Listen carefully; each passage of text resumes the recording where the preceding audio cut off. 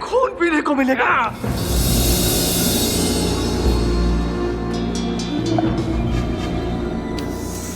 चलो मेरे साथ।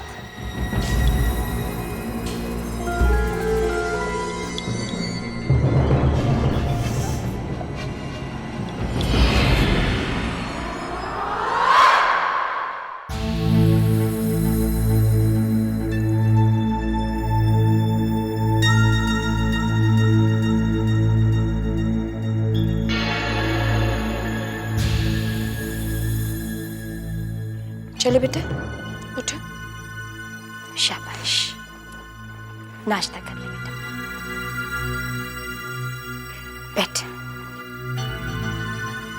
ले खा ले।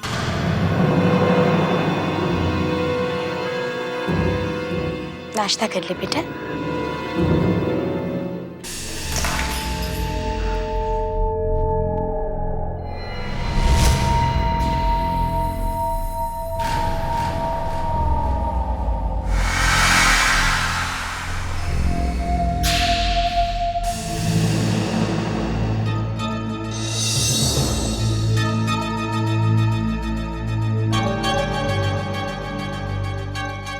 क्या हुआ?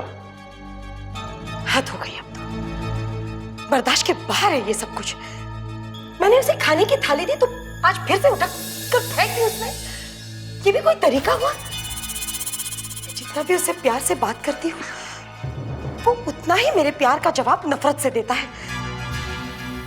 सचमुच अब तो मुझे यकीन होने लगा है हम एक बला को उठाकर अपने घर लेकर आए हैं। अरे ये क्यों नहीं सोचती कि ये बला हमारे लिए करोड़ों की है। तुम्हारी दीदी का दीव का बंगला 1.5 करोड़ का है। तुम्हारे जीजा जी का ऑफिस उससे भी महंगा है। और ढोलपुर में वो 50 एकड़ जमीन तुम्हारे जीजा जी की, कम से कम 1.5 करोड़ की तो होगी। अरे मैं तो चाहता हूं कि ऐसी बला हर रोज हमारे सिर पर आए। सोचने में तुम्हारा क्या जाता है? बला तो मेरे सर पर पड़ी है, मुसीबत तो मेरे गले में पड़ी है, मुझे संभालना पड़ता है। क्या बताऊं तुम्हें, जब वो मेरी तरफ देखता है तब मुझे लगता है कि वो मुझे खा जाएगा। खून तैरता है उसकी आंखों में। मुझे तो लगता है उसे हमारे प्लान के बारे में सब कुछ पता चल गया, वरना वो क्यों इस तरह का बर्ताव करेगा? तुम्हें बताओ, अपने से प्यार करने वाले से कोई इस तरह पेश आता है भला? उसको पता चल गया क्या? राम जाने। अब भाई घर में तो तुम होती हो, मैं तो रहता नहीं हूँ। अगर तुम्हारा शक सच है तो फिर हमें देर नहीं करनी चाहिए। तो फिर कीजिए ना कुछ। दीदी तो पहले ही गुजर गई है, जीजा जी भी पागल हो गए, पता नहीं वो भी कहाँ है। बस ये एक लड़का है जो हमारे रास्ते में कांटा बन गया है। अगर ये कांटा हमारे रास्ते से हट जाए तो फिर हम तुम्हारे बहन की जायदाद और जीजा जी की जायदाद को बेच देंगे। आप ज्यादा ना सोचिए, मैंने तो अगला प्लान भी बना लिया है। वर्ल्ड टूर पे जाएंगे, मैं तो ढेर सारी शॉपिंग करूंगी। घर बसा नहीं कि लुटेरे पहले आ गए। कोई प्लान मत बनाओ, नजर लगती है। जो काम करना है उस पर ध्यान लगाओ। मेरे लिए तो ये लड़का अब सरदर्द बन गया।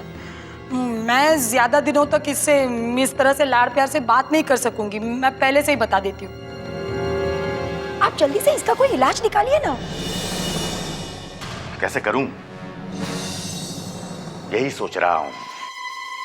अब मैं किसी गला काटने वाले को तो जानता नहीं हूं, बस ये सोच रहा हूं कि इस लड़के से कैसे छुटकारा पाया जाए। सोचते ही रह जाओगे तो कुछ नहीं कर पाओगे, सब काम मुझे ही करना पड़ेगा।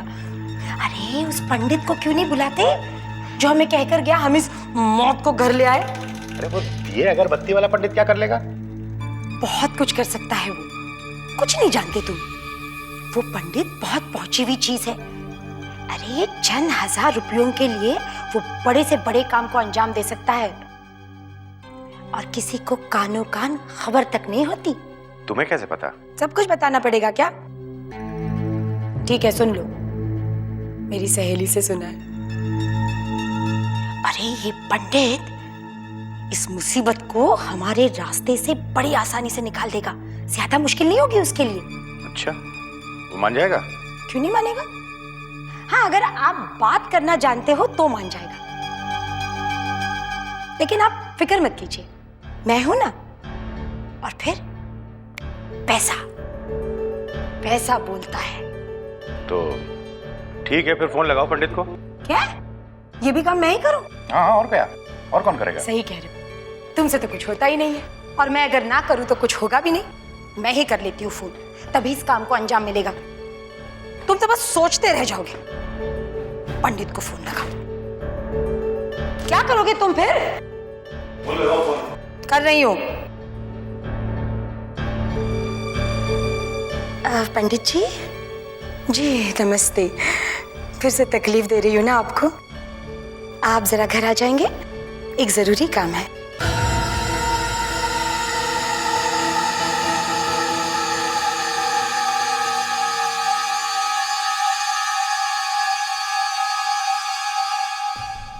तो ये है तुम्हारी निगरानी है? कैसे गायब हो गए वो दोनों? कैसे गायब हो गए हमारी सेल से? साहब, मैं सिर्फ 10 मिनट के लिए खाना खाने के लिए गया था। एक सिपाही को ड्यूटी पर लगा के गया था। वापस लौटा तो सिपाही मर चुका था और वो दोनों गायब हो। तुमने तो ये कह के अपना पल्ला झाड़ लिया कि तुम खाना खाने गए हुए थे। मुझसे पूछो, मैं क्या जवाब दूंगा ऑफिसर रणवीर को? क्या कहूंगा उससे मैं? वो कोई भूत तो थे नहीं जो अचानक गायब हो गए और तुमने देखा नहीं उनको। साहब, मैंने सिपाही को खास आदेश दिए थे कि वो किसी भी हालत में उन दोनों के करीब ना जाए। लेकिन ऐसा दिखाई तो नहीं दे रहा है कि तुम्हारे आदेश का पालन किया गया हो। साफ जाहिर है कि दरवाजा खुला है और वो आसानी से निकल गए। कमल, कहीं ऐसा तो नहीं है कि तुम ये काम बदले की भावना की वजह से कर रहे हो? क्योंकि जिस ऑफिसर पर तुमने इल्जाम लगाया था वो आराम से बाहर घूम रहा है। हरगिज नहीं सर, कल रात सच मेरे सामने आ चुका है सर, और इसलिए मैंने ऑफिसर रणवीर से माफी भी मांगी है। और सर, मैं बदला लेने के लिए अपने ही डिपार्टमेंट के एक सिपाही की जान को गंवाऊंगा। साहब, ये जो कुछ भी हुआ वो सिर्फ 10 मिनट के अंदर हो गया। मेरा यकीन कीजिए साहब, इसमें ना कोई मेरा कसूर है और ना ही कोई गलती। देखा, जब खुद पर इल्जाम आता है तो कैसा महसूस होता है, कितनी तकलीफ होती है। मैं अच्छी तरह जानता हूं कि तुम बेकसूर हो, और यह भी जानता हूं कि शैतानी ताकतें कितनी चालाक हैं। और तुम ये भी जानते हो कि ऑफिसर रणवीर सिंह कितने दिल वाले हैं। और जब तुमने उन पर इल्जाम लगाया था तो उन्होंने तुम्हें एक बार भी कसूरवार नहीं ठहराया। मैं आज सब कुछ समझ गया हूं सर। डॉक्टर शर्मा मल्होत्रा बहुत खतरनाक हो चुके हैं। उनके हाथों ये दूसरा हादसा है। मुझे फौरन ऑफिसर रणवीर को खबर करनी होगी। राजीव! राजीव! दिन को ये जंगल कितना शांत है और रात को उतना ही खतरनाक। पता नहीं ये जंगल कहां से कहां तक फैला हुआ है। अब राजीव को ढूंढूं तो कहां ढूंढूं? कहते हैं कि अगर घने जंगल से बाहर निकलना हो तो नदी का सहारा लेना बहुत जरूरी हो जाता है। आई होप राजीव ने भी। राजीव!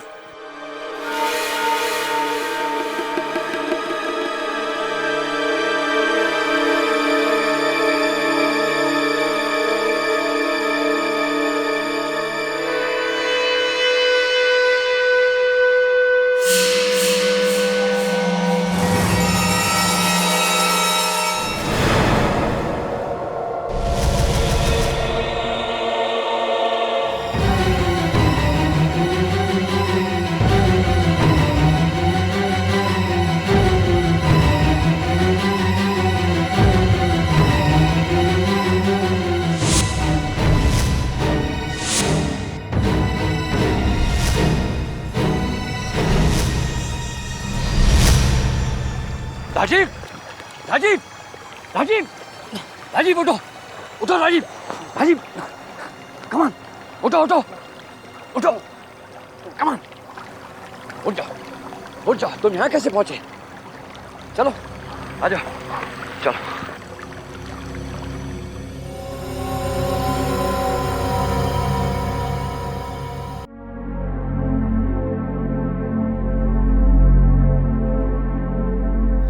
राजीव, शैतानी ताकत तुम्हें झुका नहीं पाई। तुमने उन पर जीत हासिल की है।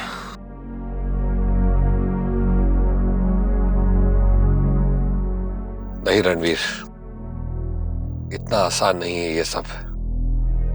मुझे तो लगता है कि अंत में जीत शैतानी ताकत की होगी। कल रात को जो मैंने किया, उसने मेरी शरीर की सारी ताकत को छीन लिया था, और फिर जंगल से निकलने में मेरी बची कुची ताकत सब बाहर निकल गई और मैं बेहोश हो गया। अगर मेरे बेहोश शरीर पे तुम्हारी जगह वो शैतानी ताकत पहुंच जाती तो या तो वो मेरी जान ले लेती, वरना मल्होत्रा और शर्मा की तरह मेरे जिस्म को अपना गुलाम बना लेती। तुम ठीक कह रहे हो। हम बिना तैयारी के वहां पहुंचे, और जब गए तो शायद तुम्हारे पास कोई रास्ता नहीं था सिवाय शैतानी ताकत को अपने शरीर में लेने का। अगली बार मैं तुम्हारी जान को जोखिम में नहीं डालूंगा राजीव। रणवीर, ये लड़ाई अब भयानक रूप इख्तियार कर चुकी है। हमें अपनी रणनीति बदलनी होगी।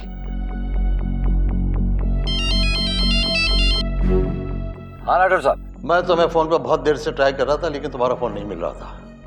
यहाँ से डॉक्टर शर्मा मल्होत्रा भाग गए हमारी सेल से, और एक सिपाही का मर्डर भी किया है। क्या कह रहे हैं आप? तुम फौरन यहाँ आ जाओ, मैं यहीं सेल में हूँ। मैं तुम्हारा इंतजार करूंगा। ठीक है, मैं धौलपुर के पास ही हूँ, सीधा आपके पास आता हूँ। ऑलराइट। क्या बात है रणवीर, कोई बुरी खबर? सारी मेहनत पर पानी फिर गया। क्या हो गया? जिस काम के लिए तुम अपनी जान पर खेल कर आए हो, जिन लोगों को छुड़ाने के लिए तुम संगरौली के जंगलों में लगभग निजाब पड़े हुए थे, जंगली जानवर और शैतानी ताकत का निशाना बने पड़े थे, वो दोनों गायब हैं, मिस्टर मल्होत्रा और डॉक्टर शर्मा। उन दोनों को मैं राठौर साहब के सेल में कैद कर आया था।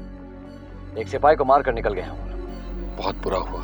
पानी फिर गया सारी मेहनत पर। क्या फायदा हुआ इतना जोखिम उठाकर?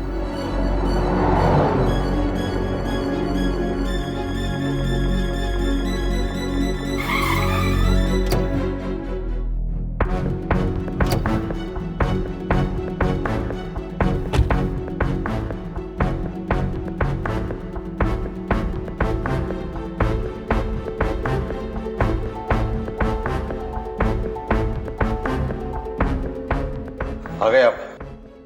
कैसे हैं राजीव आप? रणवीर, भागने के लिए ताले का खुला होना बहुत जरूरी था, लेकिन मेरी समझ में नहीं आ रहा कि ये सब कुछ हुआ तो कैसे हुआ।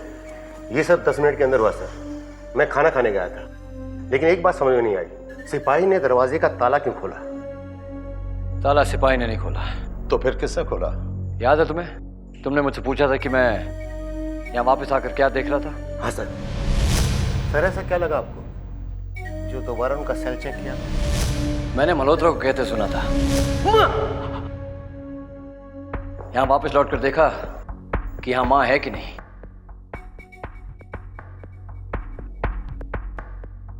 लेकिन मुझे कोई नहीं दिखाई दिया। फिर मुझे लगा कि मल्होत्रा कोई नई चाल खेल रहा है। मुझे नहीं पता था कि माँ यहीं पर है। यानी तुम ये कहना चाहते हो कि माँ यहाँ आई थी और उसी ने डॉक्टर शर्मा और मिस्टर मल्होत्रा को आजाद करने के बाद एक सिपाही का कत्ल कर दिया? जानता हूं मैं राजीव, और शैतानी ताकत को कैसे खत्म करना है ये तुम और मैं अच्छी तरह से जानते हैं। हमें वो 3 खंजर चाहिए, और ये 3 खंजर कहाँ मिलेंगे? रूबी उसकी तलाश में लगी हुई है। सिर्फ रूबी क्यों? तुम या मैं क्यों नहीं? राजीव, हमें वक्त कहाँ मिला है। शैतानी ताकत ने हमारे साथियों को अपने कब्जे में कर लिया है। तुम ही बताओ, ऐसा कौन सा वक्त गुजरा है जब हम शैतानी ताकत से लड़ ना रहे हों? मैं जानता हूं, लेकिन जरा सोचो, शैतानी ताकत खत्म हो जाएगी तो ये लड़ाई खत्म हो जाएगी। इन छुटपुट बातों में पड़ने की जरूरत ही नहीं पड़ेगी। खंजरों की तलाश करने के लिए मैं हमेशा तैयार हूं। इसका पता लगाने में गुफा भी गया था और सारे खतरों का सामना अकेला किया। अगर आज हमारे पास कोई जानकारी है, वो सिर्फ इसलिए है कि मैं शैतानी दुनिया जाकर वापस जिंदा लौटा हूं। और तुम जानते हो कि मुझे अपनी जान की कोई फिक्र नहीं है। तो 3 खंजर मैं जरूर हासिल करूंगा। और जो गुफा में लिखा है उससे साफ पता चलता है कि ये ऐसी जगह है जहां 6 महीने लगातार 24 घंटे रोशनी होती है। और हमारे विश्व में ऐसी सिर्फ 2 जगह है, नॉर्थ पोल और साउथ पोल, जहां सांस लेना भी मुश्किल हो जाता है। दोनों विपरीत दिशा में, हजारों मील दूर। और इस खोज में हमें सिर्फ दिन और महीने नहीं, बल्कि सालों लग सकते हैं। और तब तक शैतानी ताकत हम इंसानों को इस दुनिया से खत्म कर देगी। लेकिन मेरा दिल नहीं मानता। मुझे लगता है कि यह खेल यहीं रचा गया है, उसकी शुरुआत यहां हुई है और यह खेल यहीं खत्म होगा, हिंदुस्तान में। रणवीर, यानी तुम्हारा विश्वास है कि ये खंजर यहीं हिंदुस्तान में है? मेरा दिल कहता है, मुझे ऐसा लगता है। रणवीर, ढोलपुर में मैं एक ऐसी लड़की को जानता हूं जो बड़ी एडवेंचरस है। पहाड़ क्या, नदियां क्या, गुफाएं क्या, हर तरह की खोज कर चुकी है वो। इंसान जहां तक नहीं पहुंच सका वो वहां तक भी पहुंच चुकी है। मेरा ख्याल है कि अगर तुम उससे मिल लो तो शायद तुम्हें काफी फायदा पहुंचेगा। रणवीर, मुझे लगता है कि ऑफिसर राठौड़ बहुत सही कह रहे हैं। ये लड़की जरूर तुम्हारे लिए बहुत मददगार साबित होगी।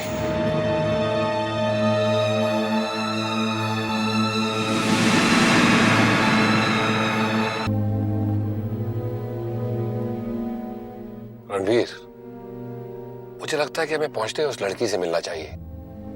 पता नहीं क्यों मुझे ऐसा लग रहा है कि उससे मिलने के बाद हमें कोई सुराग मिलने वाले हैं। सबसे पहले मुझे डॉक्टर शर्मा और मिस्टर मल्होत्रा को पकड़ना ही होगा।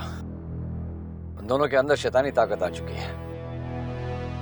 अब तक वो 2 हत्याएं भी कर चुके हैं।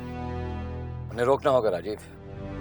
नहीं रणवीर, जब तक हम शैतानी ताकत को खत्म नहीं कर देते तब तक हम इन हत्याओं को रोक नहीं सकते। मैं तुम्हारी बात को समझ रहा हूँ राजीव। आज राठौर साहब का एक और आदमी मारा गया, वो भी जेल के अंदर। उनके ऊपर कितनी बड़ी मुसीबत आएगी मैं जानता हूँ। मुझे मिस्टर मल्होत्रा और डॉक्टर शर्मा को पकड़कर बंद करना ही है। उन्हें शैतानी ताकत से आजाद करना ही है। पर इस समय वो मिलेंगे कहाँ?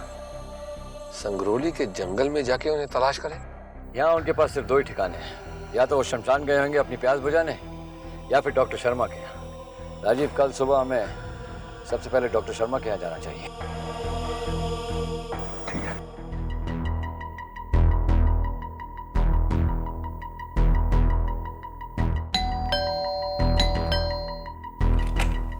नमस्ते पंडित जी, हम लोग आप ही का इंतजार कर रहे थे।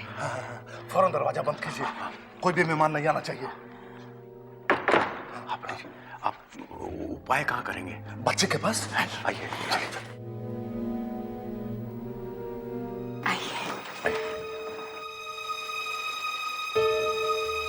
बेटा,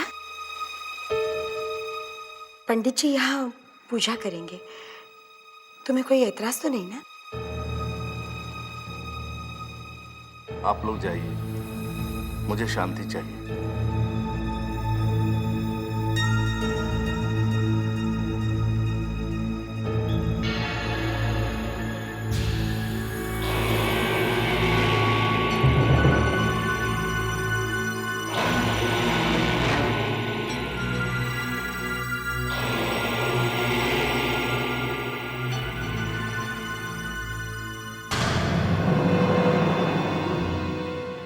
कमाल का बंदा है। हाँ, सब ठीक हो जाएगा। बस सब ठीक हो जाए।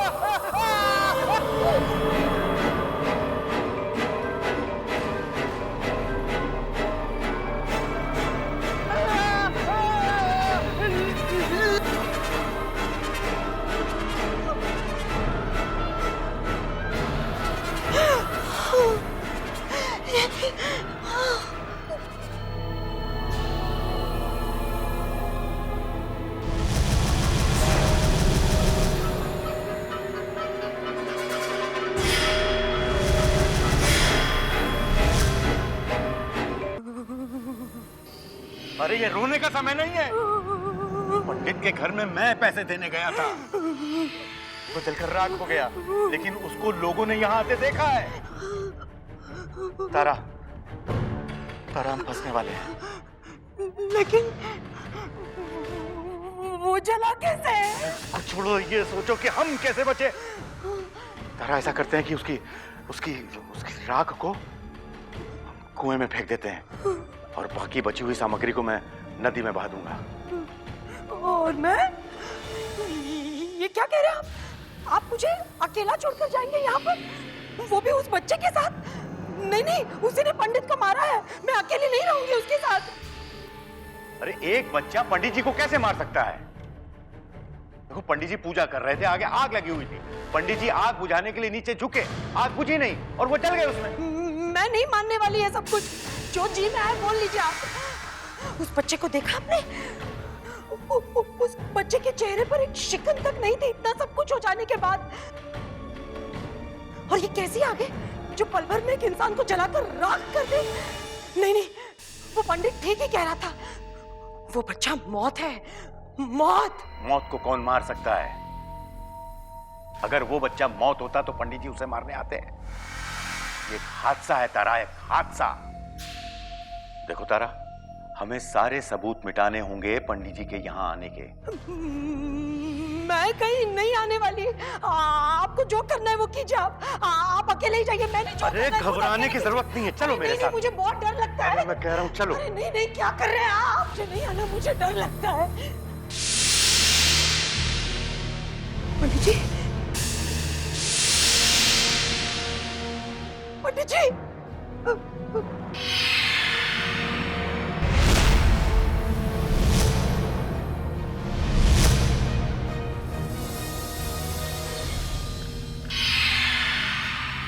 पंडित जी, पंडित जी कहाँ है? पंडित जी, पंडित जी,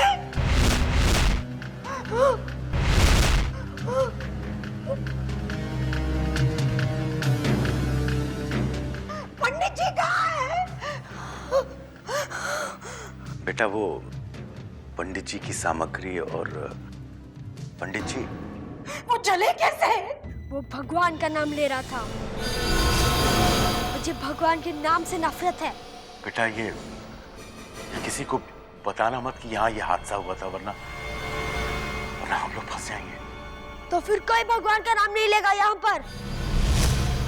अगर तुम चाहते हो कि मैं अपनी जुबान बंद रखूं, तो फिर मुझे कभी परेशान मत करना, वरना मैं तुम्हारा खून पी जाऊंगा। जो तुम चाहते हो वो कभी नहीं होगा। जो भी होगा मेरी मर्जी से होगा। वो तो ठीक है, लेकिन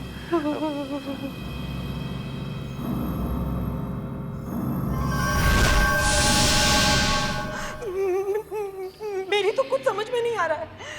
देख लिया आपने? सुन लिया वो क्या कह रहा था? ये बच्चा बहुत खतरनाक है। अरे चुप रहो, इस वक्त हम फंसे हुए हैं। वो बच्चा हमें ब्लैकमेल कर सकता है। वो जैसे रहता है उसे रहने दो।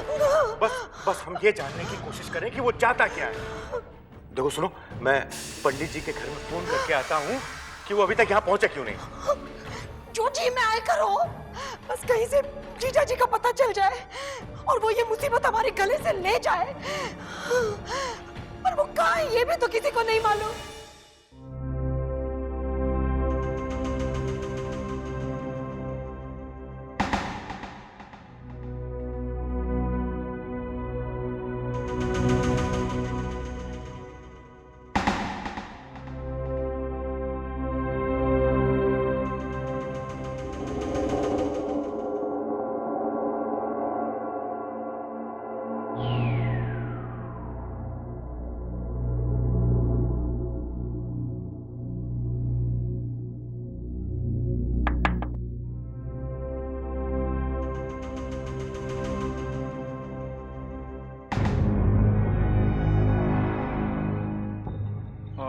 क्या ये डॉक्टर शर्मा का घर है? आप कौन है? मैं अमरदीप सिंह हूँ। हुआ ये कि कल मैं संगरौली के रास्ते से ढोलपुर आ रहा था, तो रास्ते में मुझे डॉक्टर शर्मा की बेटी मिली। उसने एक खत दिया अपने बाबा के नाम।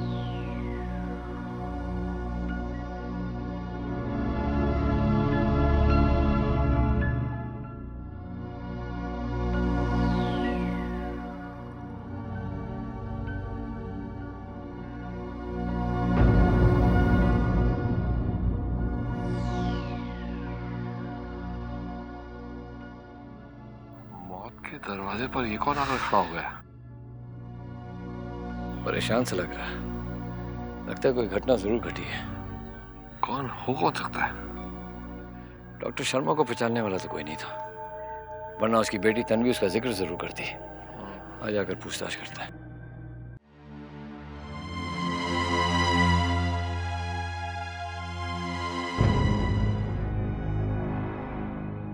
कौन हो तुम और यहाँ क्या कर रहे हो? मेरा नाम अमरदीप। मैं डॉक्टर शर्मा के नाम एक चिट्ठी लेकर आया। चिट्ठी? किसने भेजी है डॉक्टर शर्मा के नाम चिट्ठी? उनकी बेटी ने।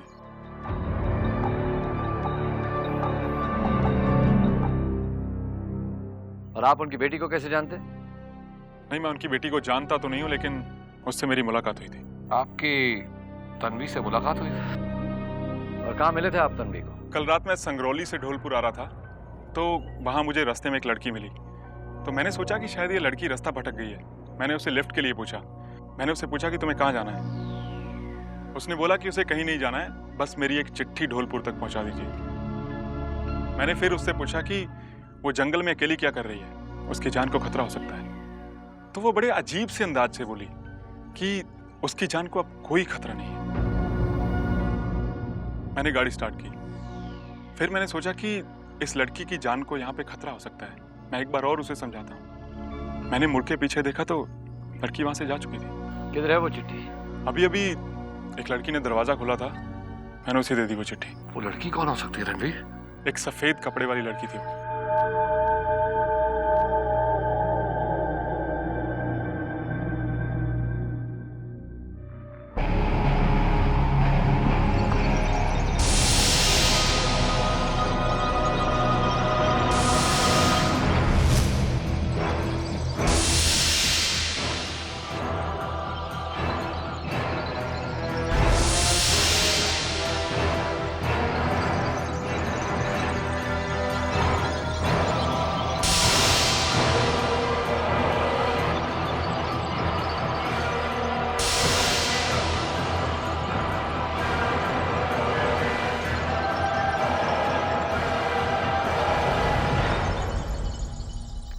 किसकी चिट्ठी है?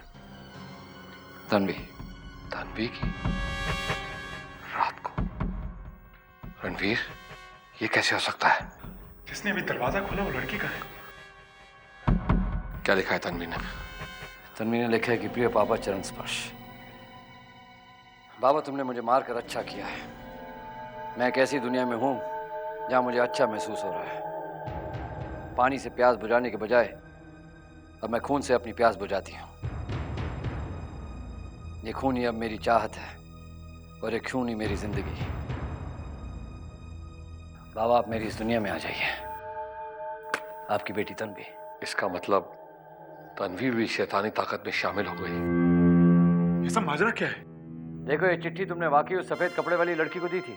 जी हाँ, लेकिन वो लड़की तो इस घर से गायब हो गई। जिस लड़की ने तुम्हें ये खत दिया है वो लगभग 10 दिन पहले मर चुकी है। और जिस लड़की से तुम्हारी मुलाकात हुई है वो सफेद कपड़ों वाली लड़की, वो एक शैतानी ताकत है, माँ का एक रूप जिसने उस शैतानी ताकत को जन्म दिया था। जो हमें एक लड़की के रूप में नजर आती है, पर है एक मादा भेड़िया जो अलग अलग शक्ल में, अलग अलग रूप में सफेद लिबास पहने हमारे सामने आती रहती है। देखिए, मैं इन सब बातों में यकीन नहीं करता, लेकिन आप दोनों से जो भी मैंने सुना है, कुछ कुछ मेरी समझ में आ रहा है। वैसे आप दोनों कौन हैं? मेरा नाम रणबीर है, स्पेशल इन्वेस्टिगेटिंग ऑफिसर, और ये राजीव सक्सेना, जो हर कदम पर मेरा साथ दे रहे हैं। इंसान खत्म होते जा रहे हैं, और शैतानों की गिनती बढ़ती जा रही है। अब समझ में आया कि शैतानी ताकत दिन दुगनी रात चौगनी तरक्की क्यों कर रही है। हम इसे इस तरह नहीं हरा सकते रणवीर। हमें किसी भी हाल में उन 3 खंजरों तक पहुंचना ही होगा। हमें फौरन उस लड़की से मिलना चाहिए। ठीक है।